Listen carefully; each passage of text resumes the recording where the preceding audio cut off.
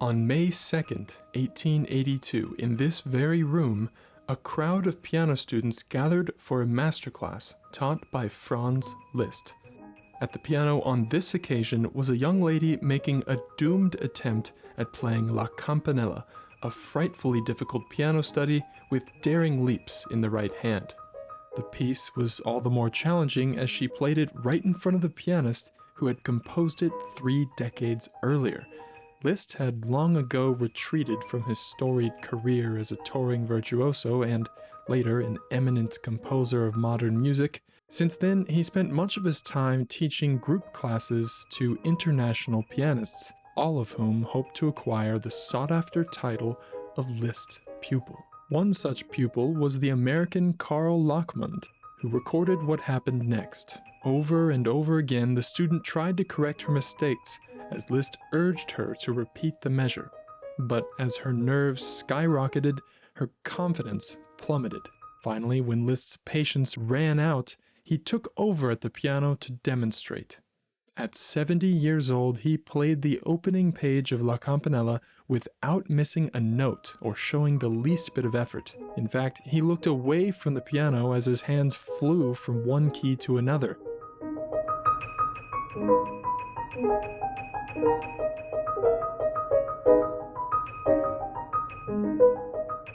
When he grew a bit careless and missed a note in a later passage, he immediately repeated it, making the same error on purpose.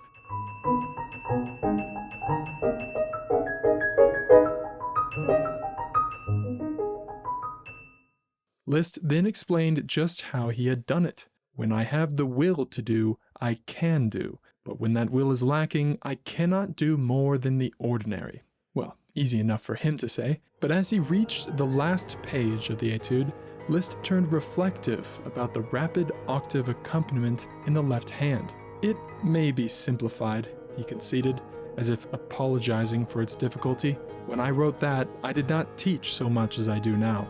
Little did these students know the great difficulties Liszt himself had gone through to create this iconic showpiece. It was well known that La Campanella originated a half-century earlier with the great violinist Paganini, but Liszt had written more than a few very different arrangements of this theme. There was a mostly forgotten fantasy from the early 1830s, another couple of those from 1845, and a shorter study from 1838 that Liszt had actively suppressed from the public. This left only a final attempt from 1851, the piece that later generations would come to know as the definitive piano version of La Campanella. And that's not to mention all the versions that preceded Liszt's. Variations, rondos, fantasies, all by celebrity pianists of the 1820s and 30s, but most of these had long since fallen through the cracks of history. What was it that caused so many composers to adapt this once viral melody? And why is Liszt's version the only one anybody plays today? Paganini, Liszt, La Campanella. It all started long before one night in Vienna.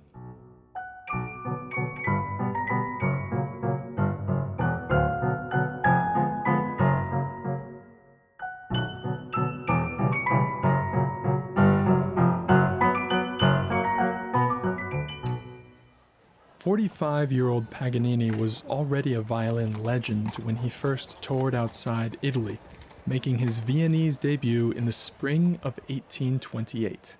The hall filled with eager concertgoers 3 hours in advance of the downbeat. Most of the audience stood, some on chairs, just to catch a glimpse of his entry. When Paganini finally walked on stage, his gaunt figure dressed in old-fashioned black clothes, the audience erupted.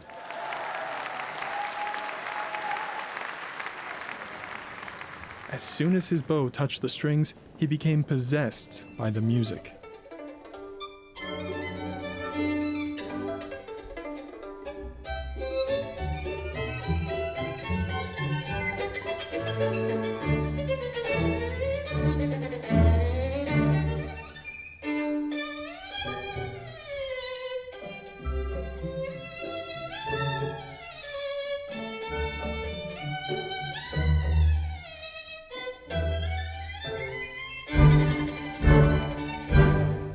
His technical mastery sounded unreal to the Viennese, But it wasn't just his technique. Paganini was a true showman. One of his calling cards was to play an entire piece on a single string, as if to prove he didn't need the other three. Paganini turned otherwise conventional tunes into overnight sensations. There was the rondo finale from his first violin concerto,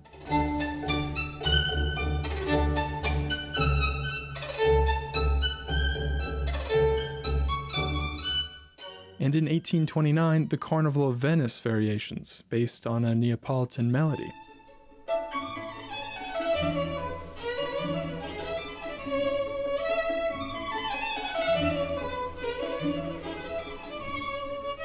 But none of Paganini's melodies was more striking to the Viennese than La Campanella, or The Little Bell, the title he gave to the finale of his second violin concerto. It contained a novel effect, though some called it a gimmick, a chiming bell. The violin responded to the bell with its own ring, imitated through high-pitched harmonics.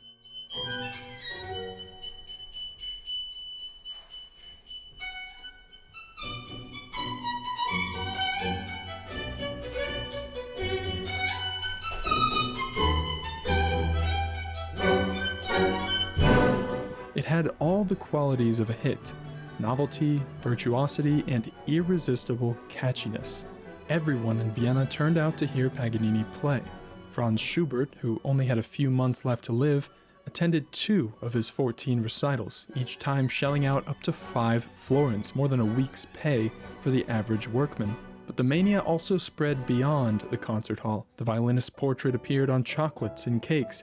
Hats a la Paganini flew off the shelves.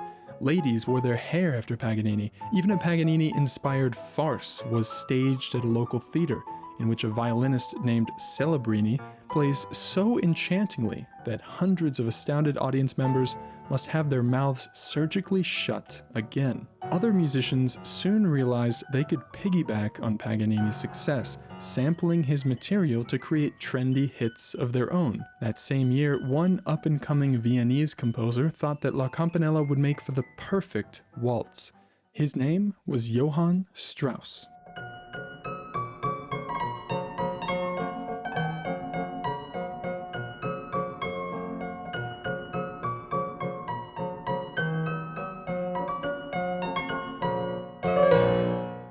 On the other side of Vienna, a very different version of La Campanella was taking shape.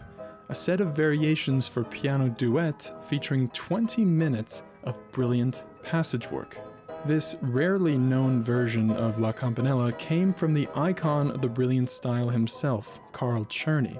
A former Beethoven pupil, Czerny was a respected pianist and teacher in Vienna, where several years before he had taught a young prodigy named Franz Liszt. But more on him later. Czerny created the first virtuosic piano arrangement of La Campanella, from fast variations in sixteenths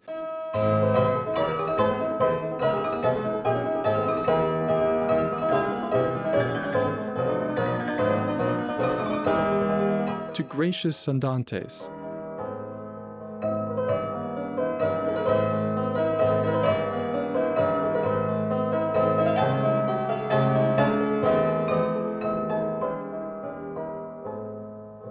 And at the end, a thrilling finale.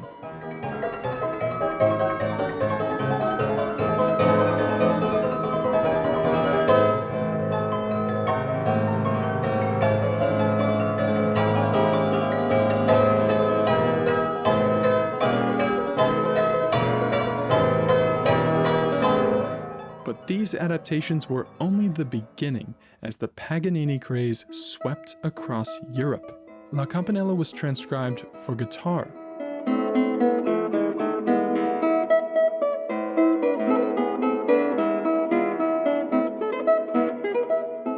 In Copenhagen and Paris, it appeared as brilliant rondos for piano.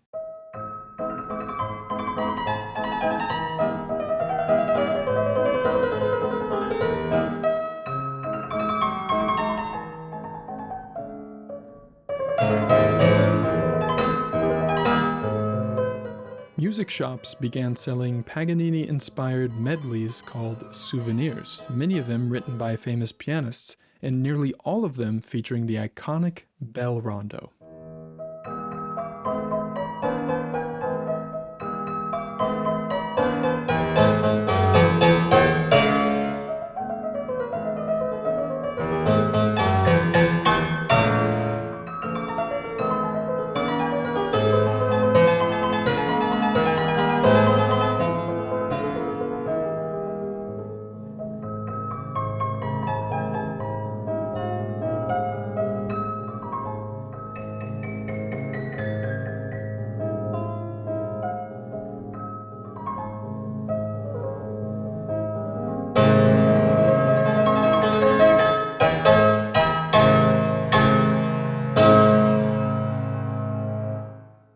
But what all of these arrangements lacked was what made Paganini Paganini. It wasn't just what he played, but how he played it. It would take a musician not just with transcendent technique, but with a singular persona himself to truly adapt Paganini's virtuosity to the piano.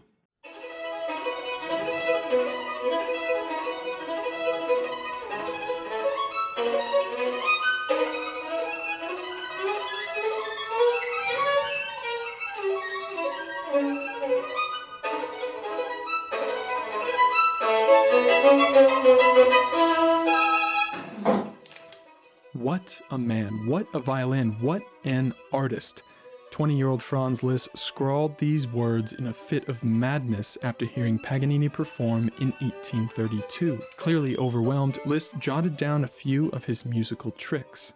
This was a turning point in Liszt's career. Since studying with Czerny in 1822 and going on tour the next year, he had spent his late teens living with his mother in Paris, teaching talentless piano students over long days, and considering retiring from music altogether to become a monk. But the violinist's concert jolted Liszt toward a new purpose: to do for the piano what Paganini had done for the violin. That's when Liszt set out on one of the most experimental works of his career, the Clochette Fantasy.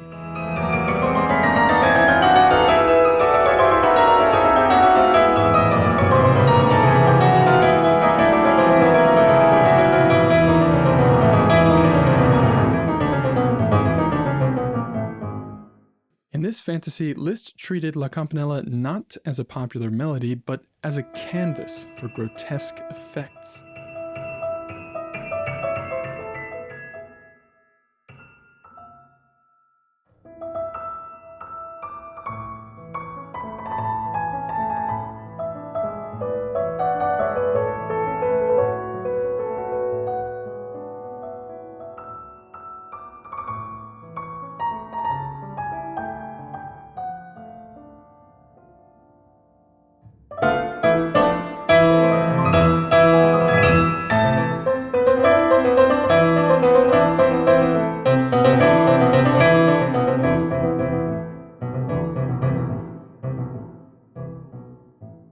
At the heart of the fantasy was a variation a la Paganini, where Liszt invoked the sheer physicality of the violinist's performances.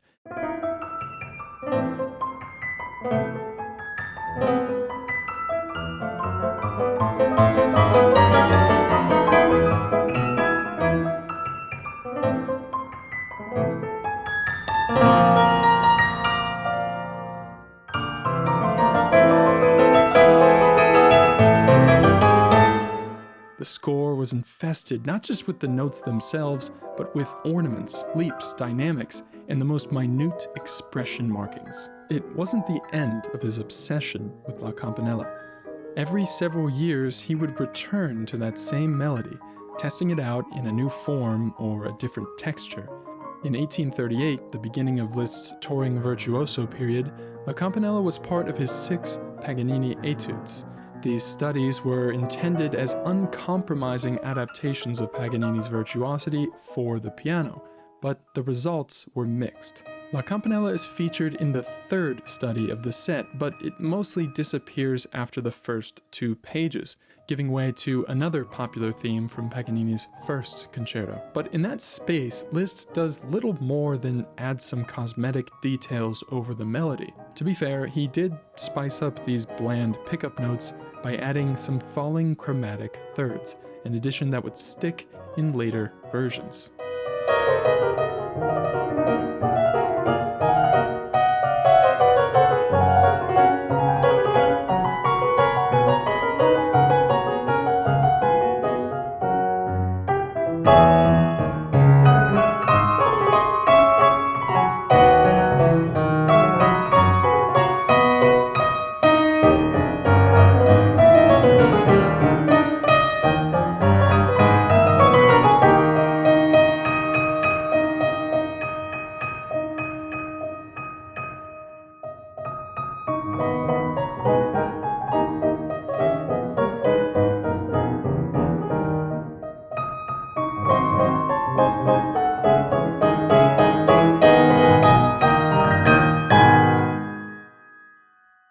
just 2 years after these studies appeared, Paganini was dead.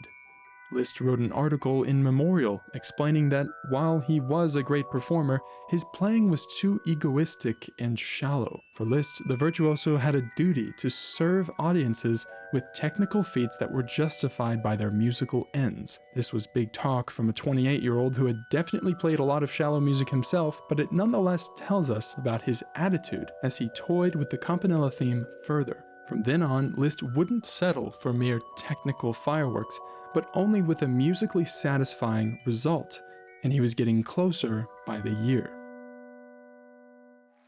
Throughout the 1830s and 40s, Liszt performed in some 260 towns and cities. His mind, fingers, and pen grew sharper as he learned what worked in front of an audience and what didn't. One of his most successful showpieces was the Grand Chromatic Gallop, especially its leaping passage in the brilliant style, where the right hand rapidly traverses an ever-widening gap.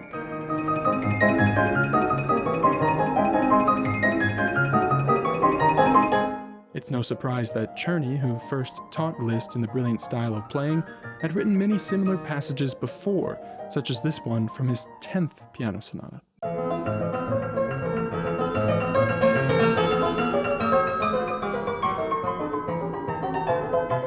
That same year, the leaping figure even made a brief appearance in Henri Hertz's Rondo on La Campanella.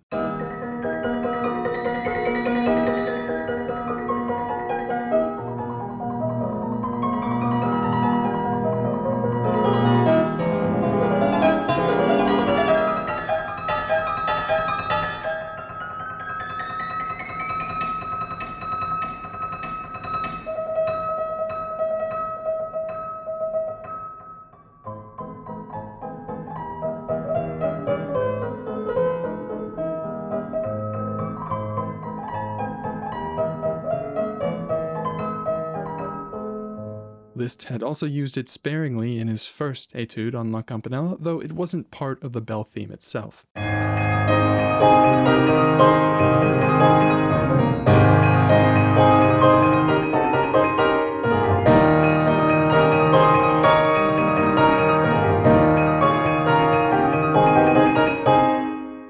And of course, difficult leaps of this kind also formed a big part of Paganini's repertoire.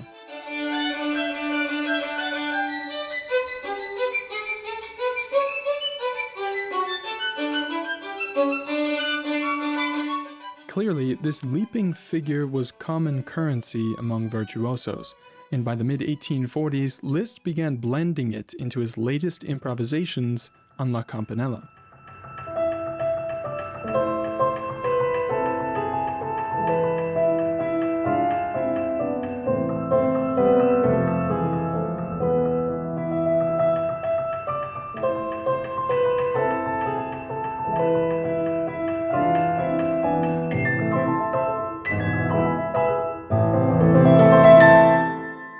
This passage comes from one of Liszt's abandoned concert works, with some recycled materials from the earlier Clochette Fantasy.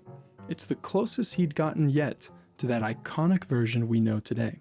Around 1851, Liszt finally sat down to revise all 6 of his Paganini studies from 1838. His touring years were then behind him. Nearly 20 years had passed since he first heard Paganini play, and this time he wrote the version of La Campanella the world would never forget. Saving bits and pieces from his previous attempts, Liszt decided to try something new. This time he would focus solely on La Campanella, without any contrasting themes or episodes. He crossed out the dynamics of the opening octaves, marking them piano instead of forte, where the dynamic level would more or less remain for the next 11 pages. Then he wrote that iconic phrase, suspended in the piano's uppermost range. What could be more bell-like?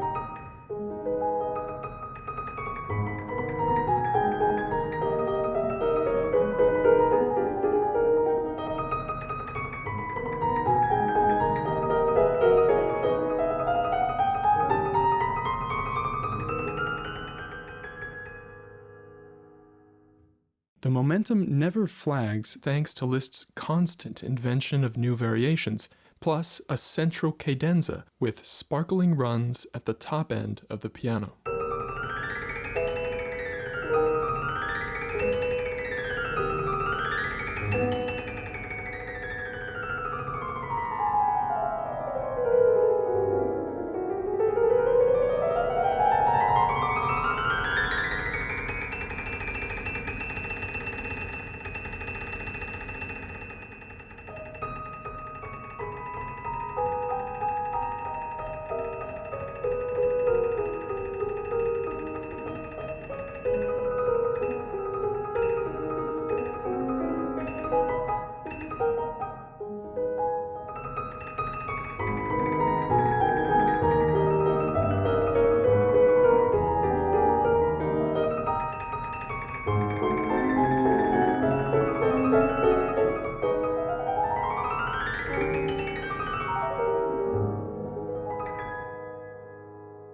After nearly a dozen pages of subdued dynamics, the floodgates open into a storm of fortissimo octaves.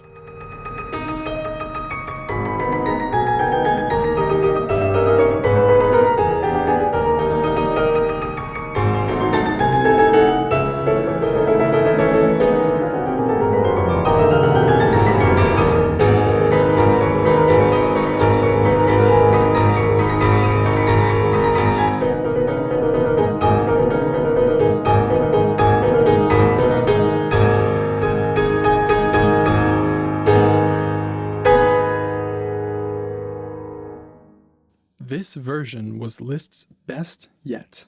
He even demanded that his publisher take the 1838 Paganini studies out of print, personally buying out all of the plates and copies to make way for the revised edition. While it's commonly thought that Liszt simply rewrote his Paganini studies to make them more playable, it's clear that his changes to La Campanella were more than that. He composed better music out of it. Its texture was lean but imaginative, highly evocative of its namesake bell, and it carried momentum through its dramatic closing bars. The same could not be said about any of the previous versions. And beyond its musicality, the piece's focus on leaping passages made it genuinely useful as a technical study, one that has confounded pianists for generations. This was a true concert study, instructive in the practice room and thrilling in the performance hall.